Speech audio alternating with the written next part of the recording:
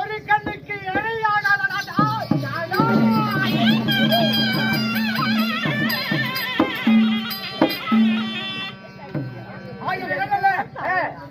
பாதத்தில் இருக்கிற கண்ணை எடுத்து விட்டால் உலகளெல்லாம் எரிச்சு விடுவேன்.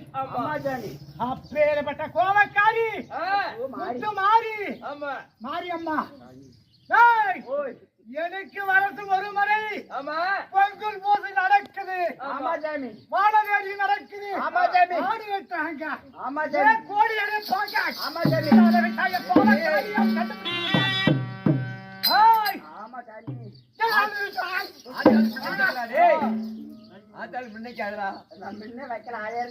அந்த பக்கம் வாடா